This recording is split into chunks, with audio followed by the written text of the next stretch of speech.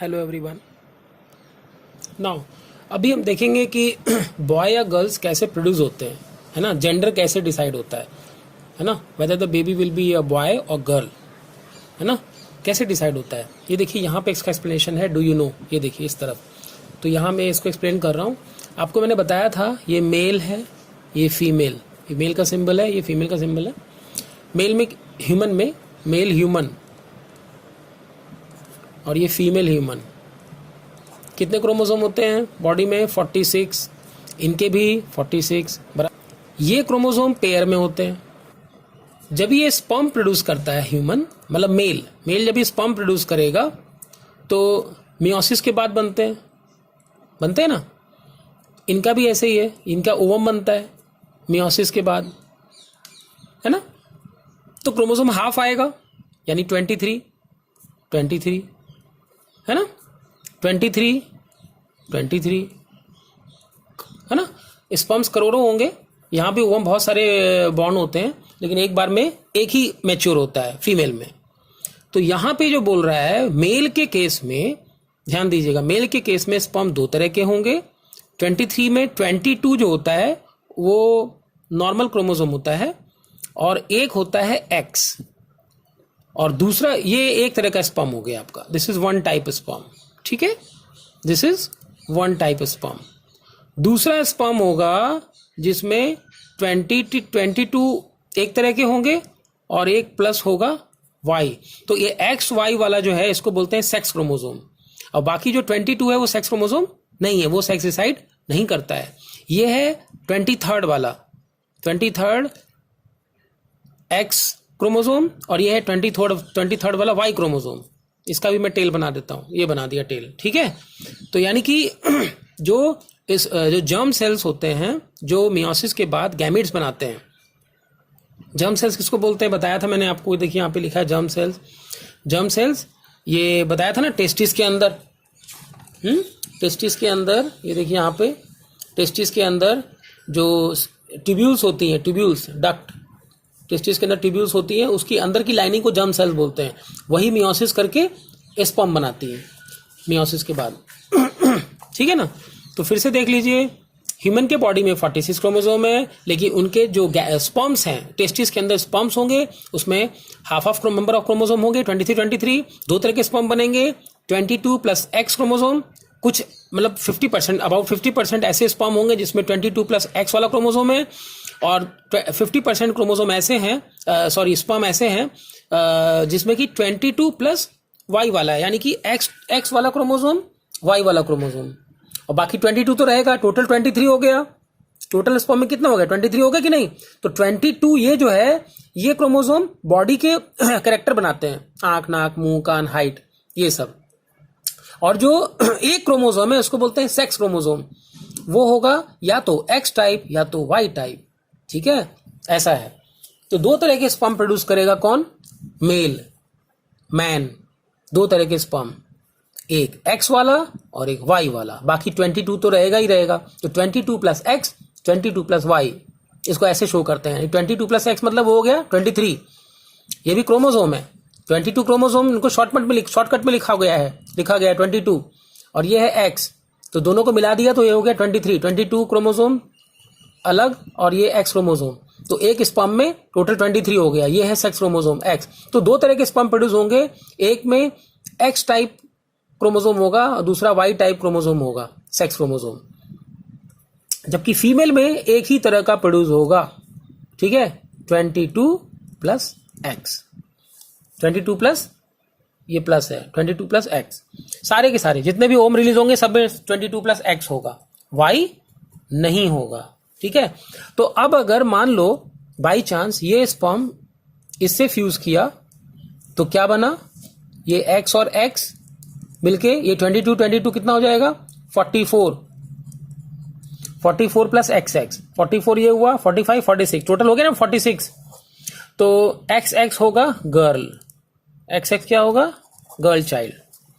और अगर वाई वाला फ्यूज करता है इससे तो ये होगा 22 है ना, इसको ऑटोसोम बोलते हैं। ये हो गया 44 प्लस एक्स, ये वाई, एक्स वाई मतलब बॉय, XY मतलब बॉय, ठीक है। तो इस तरह से बॉय और गर्ल डिसाइड होता है ह्यूमन में, समझ में आ गया। तो who is responsible for this producing the boy, who is responsible? Obviously man is responsible. Why? Because man is producing two type of chromosome, X and Y type sperm, X and Y type, while the female is producing only X type ovum. तो ovum female के अंदर सिर्फ एक ही तरह का होता है, सारे ओवम में x chromosome, x sex chromosome होते हैं। 22 से मतलब नहीं है, ये बेबी का सेक्स डिसाइड नहीं करता है 22 क्रोमोसोम, ये सब बॉडी के कैरेक्टर डिसाइड करते हैं। बेबी का सेक्स डिसाइड करता है ये सेक्स क्रोमोसोम। दो तरह के होते हैं, एक्स एंड वाई। तो फीमेल में खाली एक्स है, जबकि मेल में एक्स वाई दो तरह के सेक्स क्रोमोसोम है। तो ये डिसाइड करता है, अगर एक्स और एक्स फ्यूज हुआ तो गर्ल, और मैन का वाई और फीमेल का एक्स फ्यूज हुआ तो बॉय। इसका मतलब कि मैन डिसाइड कर रहा है, man is responsible for producing the boy, baby boy. समझ में आ गया? क्योंकि मैन दो तरह के स्पर्म प्रोड्यूस करता है, एक्स एंड वाई टाइप। तो ये एक्चुअली मैन को भी रिस्पॉन्सिबल नहीं बोल सकते हैं, लिखते जरूर हैं ऐसा, man is responsible, but actually वो भी रिस्पॉन्सिबल देखा जाए तो नहीं है, क्योंकि ये सब नेचुरल वे में होता है। कुछ भी, कोई भी एक्स भी फ्यूज कर सकता है, कभी वाई फ्यूज कर लिया, इसका कोई भी ठिकाना नहीं, कोई फिक्स नहीं है, कोई इसका कोई रूल नहीं है, ये बाई चांस की बात है, ठीक है। तो इस कंडीशन को, ये जो सिंगल सेट ऑफ क्रोमोसोम इसमें होते हैं स्पर्म में, हाफ नंबर ऑफ क्रोमोसोम, इसको बोलते हैं हैप्लॉइड। क्या बोलते हैं?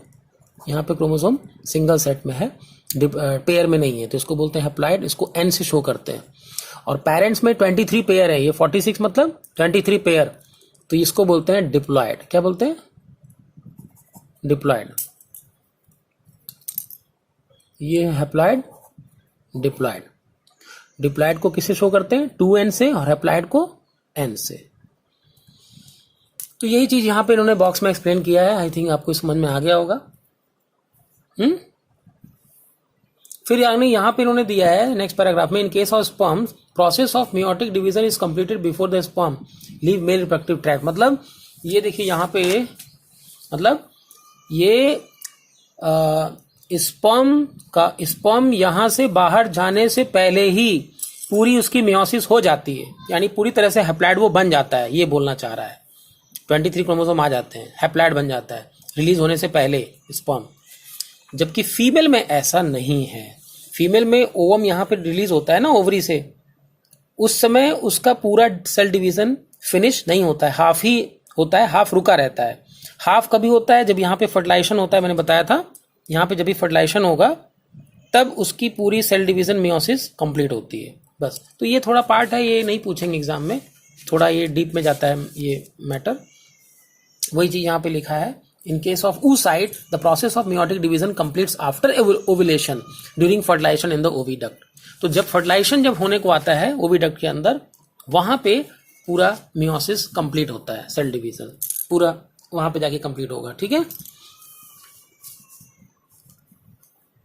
तो ये आपको समझ में आ गया होगा, ये हो गया। अब इसके बाद ये 2 क्वेश्चन पूछा है इन्होंने, कैन यू टेल, ये भी बता देते हैं आपको।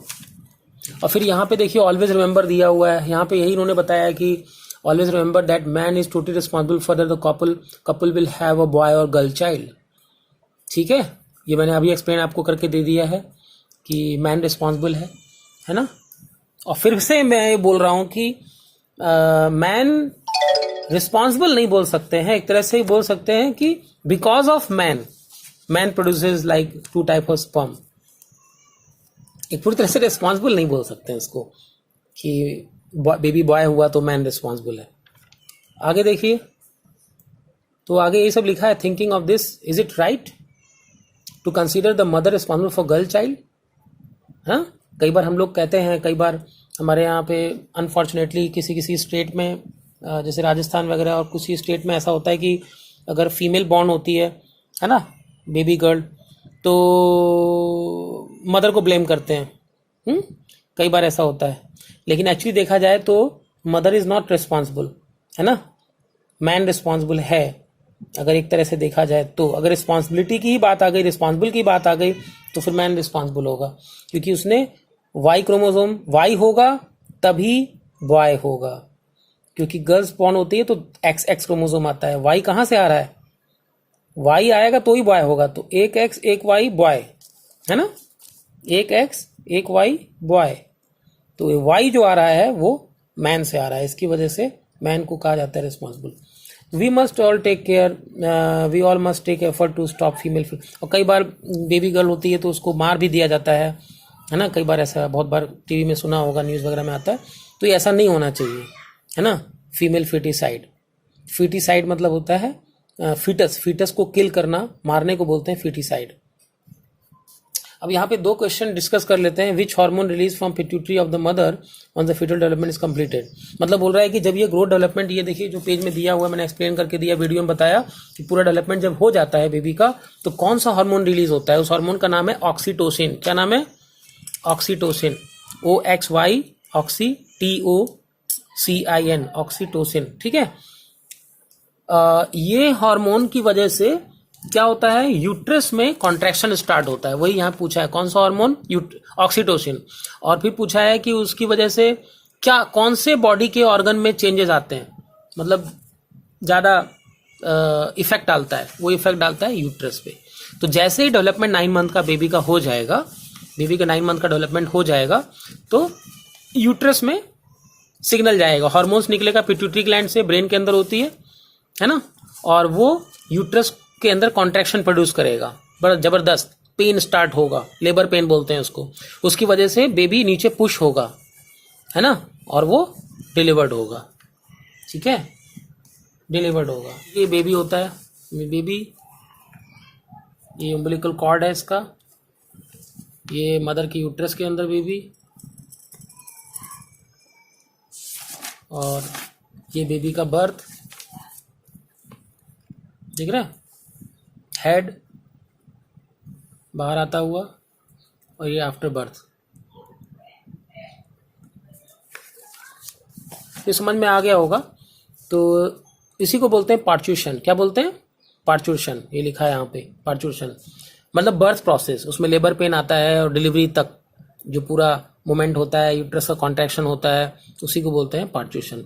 तो ये हार्मोन निकलता है जब बेबी का डेवलपमेंट पूरा हो जाता है 9 मंथ का, तो पिट्यूटरी ग्लैंड से, ब्रेन के अंदर पिट्यूटरी ग्लैंड पहले ही बताया था आपको, वहां से ऑक्सीटोसिन हार्मोन निकलता है। वो हार्मोन यूट्रस के अंदर कॉन्ट्रैक्शन प्रोड्यूस करता है। कॉन्ट्रैक्शन प्रोड्यूस करके इस तरह से कॉन्ट्रैक्शन होगा यूट्रस के अंदर, लेबर पेन होगा, बेबी नीचे की तरफ पुश होगा और डिलीवर्ड होगा। इस पूरे प्रोसेस को बोलते हैं पार्चुशन। ठीक है, बाय।